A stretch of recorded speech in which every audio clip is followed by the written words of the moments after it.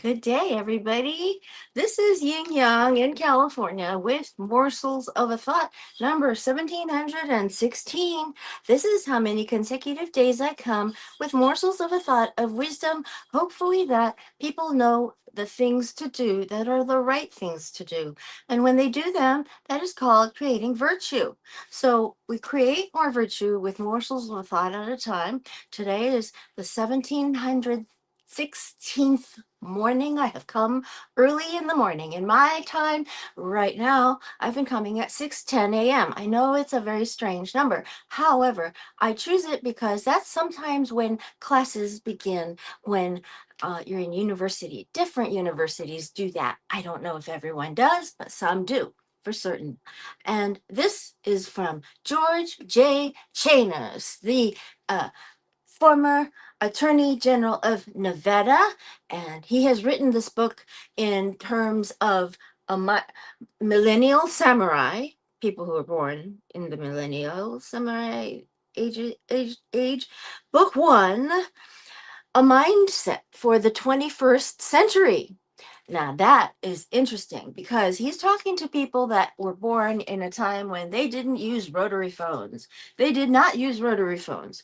I used rotary phones. It used to be a San Francisco number in San Francisco. And since I was calling from a San Francisco number, we dialed 7 digits and it was on our rotary phone. Do, do, do, do, do, do. Do, do, do, do, do, do, do, do. And then you started hearing ringing. And the connection was crisp. It was as if you were in the same room together. None of this sparkly digital business. But now we can put hundreds of calls on one line. The analog lines can now hold so many more digital lines. So we have thousands more people. Well, billion. Wait a minute. Is it billion or million? Billion billions of people are on telephones now. Wow. Okay, here we are. Believe, says the author, GJC. And today we are on manipulation, page 105. Okay. Now, Sander van der Linden, social psychologist at the University of Cambridge, said misinformation can be sticky, spreading and replicating like a virus. Ew. It would be like little dots on your skin that you can't get off. They're sticky. And you can't get them off. You got to scratch at them to get them off. You understand? That's my analogy. That's my figurative understanding of misinformation. Okay, so George Chanos says Van der Linden's team of researchers assembled more than 2,000 United States residents across the country from various ages, genders, political leanings, and education levels.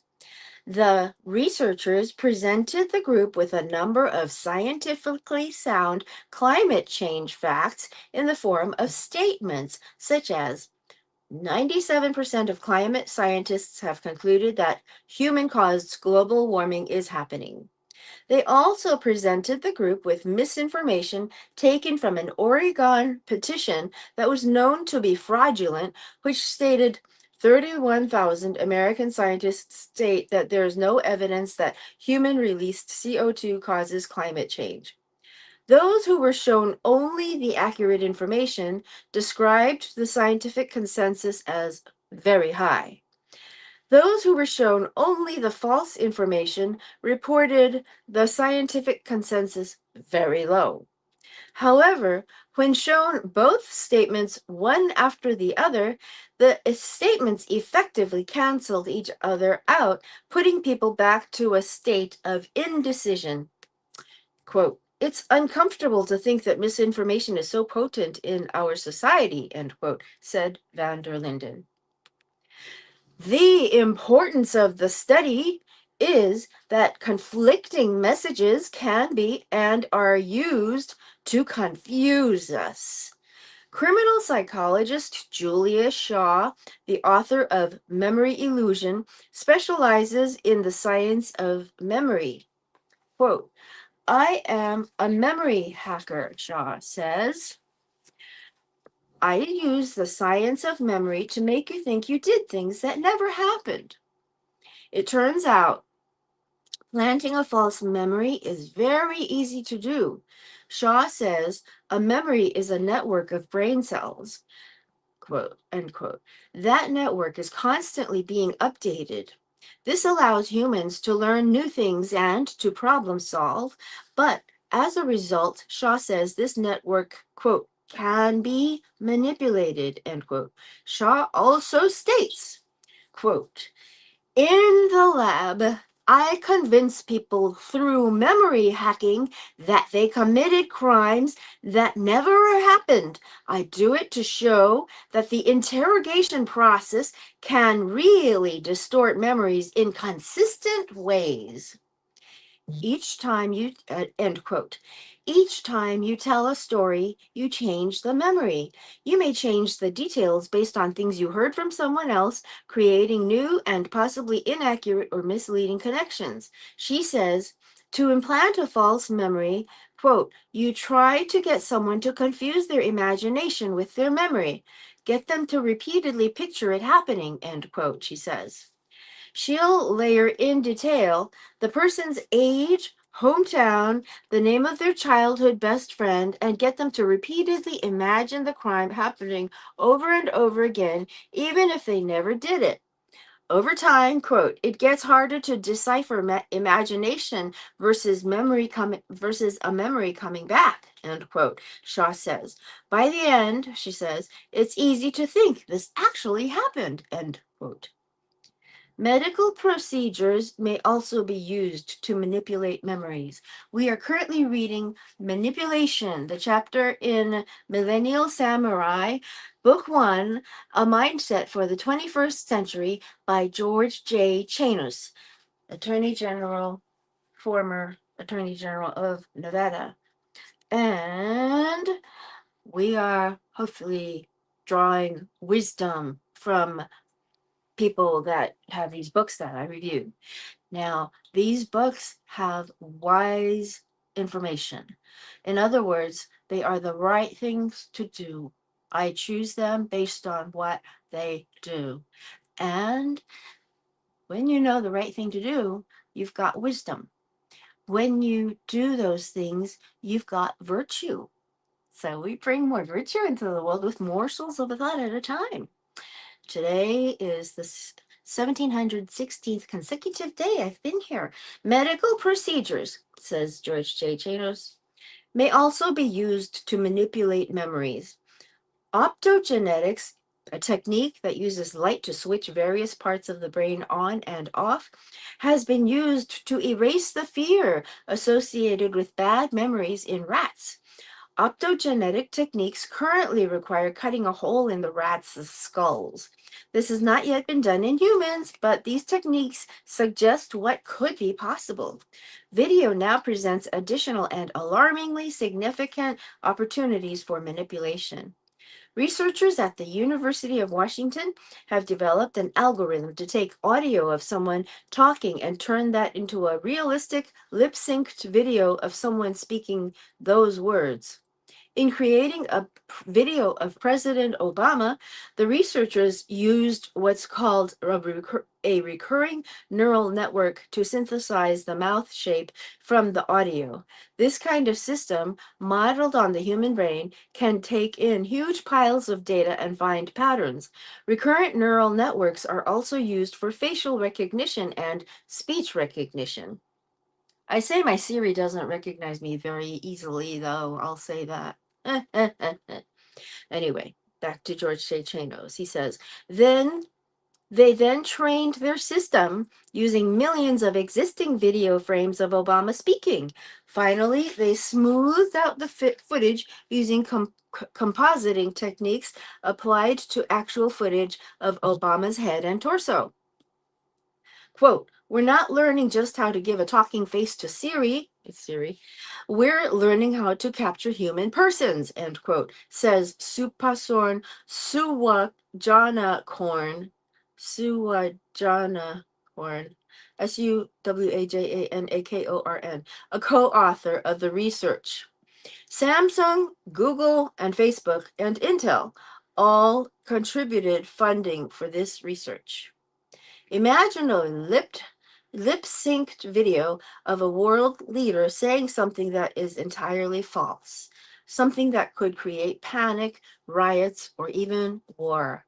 All of this highlights the potential threats posed by the malleability of the human brain, our double-edged swords. To guard against these potential threats, we must first be aware of them. We must then remain ever alert and vigilant against the potential for manipulation.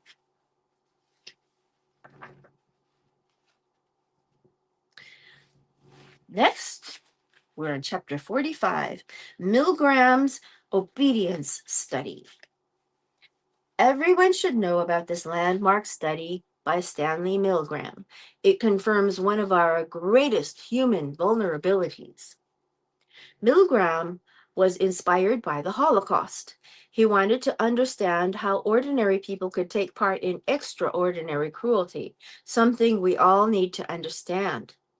Volunteers in his experiments took part in what they thought was a study of memory, giving electric shocks to a partner whenever he forgot things. In reality, the partner was an actor and no shocks were ever really being given.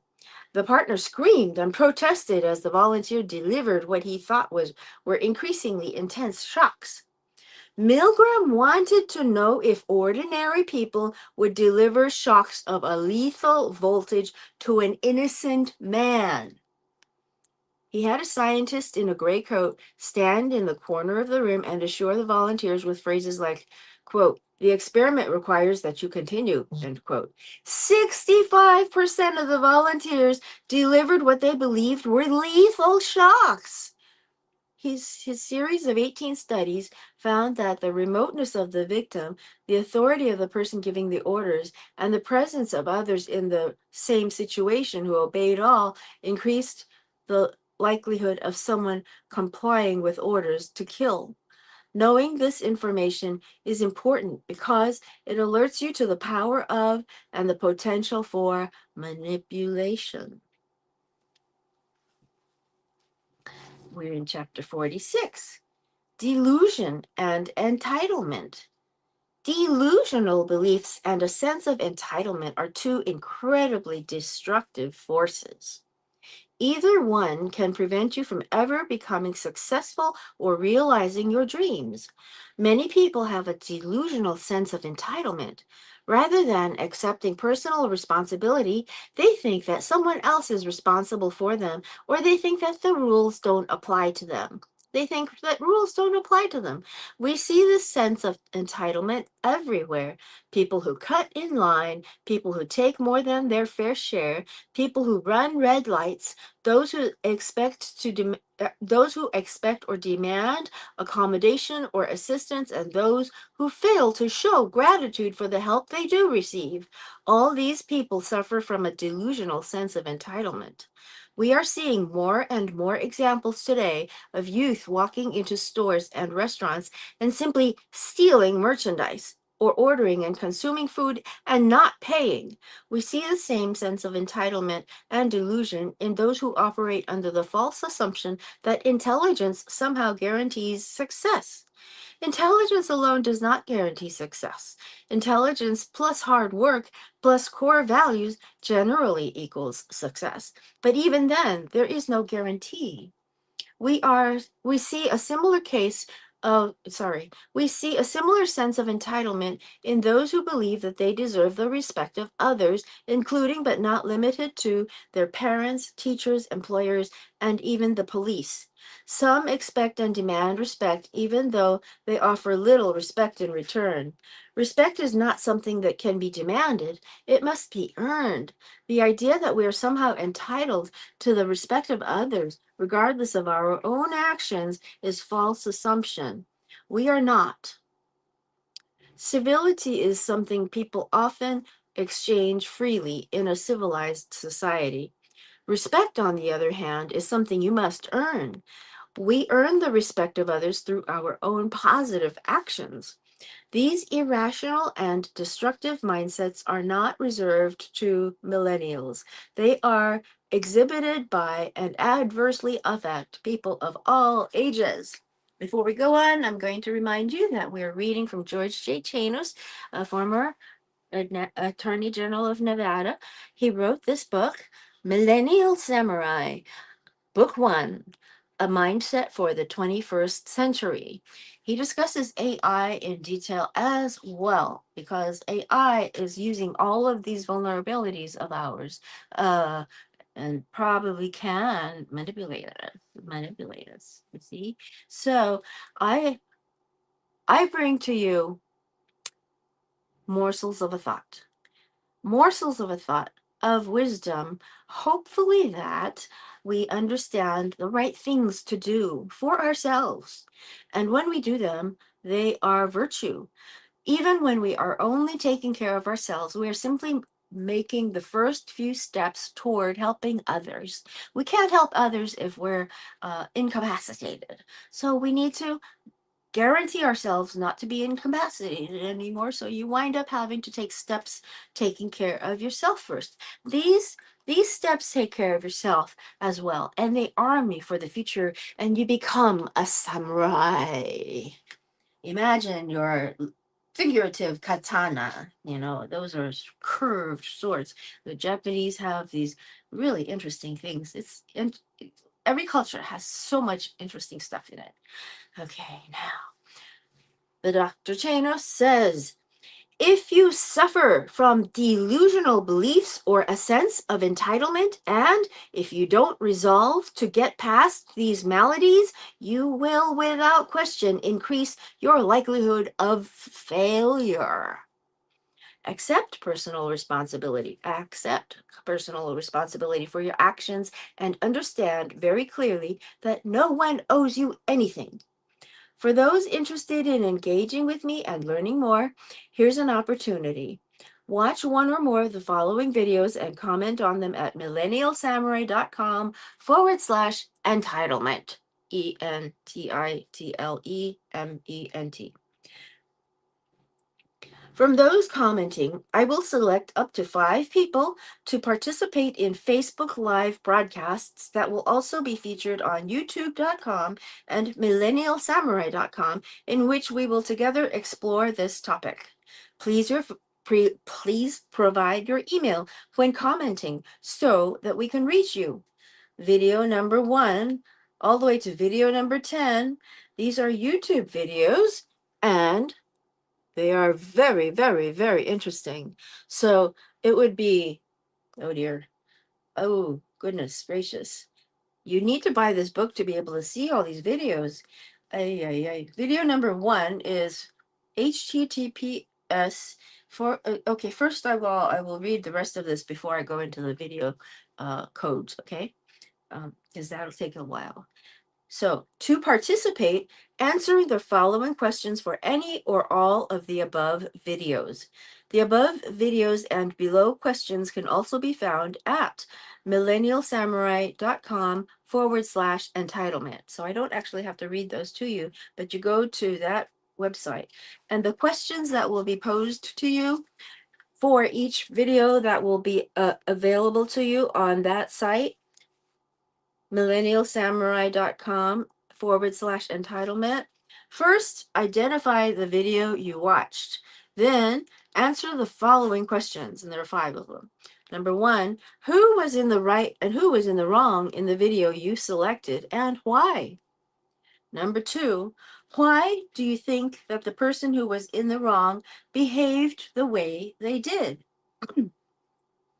Number 3, what do you think are the major causes of an entitled mindset? Number 4, what, if anything, do you think people can do to rid themselves of an entitled mindset? Question mark. Number 5, what would you do as a parent to deal with a child who exhibited an entitled mindset? Now, I can simply use uh, off the top of my head a video that I have seen in my own childhood where they tested our class with a video of Spider-Man. It was a film strip. They used to call them film strips because they would be on reels and they were film strips. It was a video film strip of a bunch of superheroes, including Spider-Man, who were in their civilian garb. And Spider-Man needed to help somebody. And he said to himself, well, I mean, there's a rule that the superheroes have, which is never let other civilians see you changing into your superhero outfit. Never let civilians see you changing into your super outfit. Now, the superheroes, there's a panel of them. There's a panel of them. Superman goes, one time, he says, oh, it doesn't matter. I need to change into this right away. It doesn't matter if they see me this time. So he changes into his Superman outfit and he goes and crawls on the building and helps out and does the thing and saves the day. But those civilians have now seen who he is. That's the secret he's not supposed to let out. So there's a panel of other superheroes, and they don't know whether to punish him. And the video film strip to our class stops right there. And the teacher asks, how many people think that Spider-Man should be punished? And how many people think that Spider-Man should not be punished? So, the first question that came out, how many people think that Superman should be punished?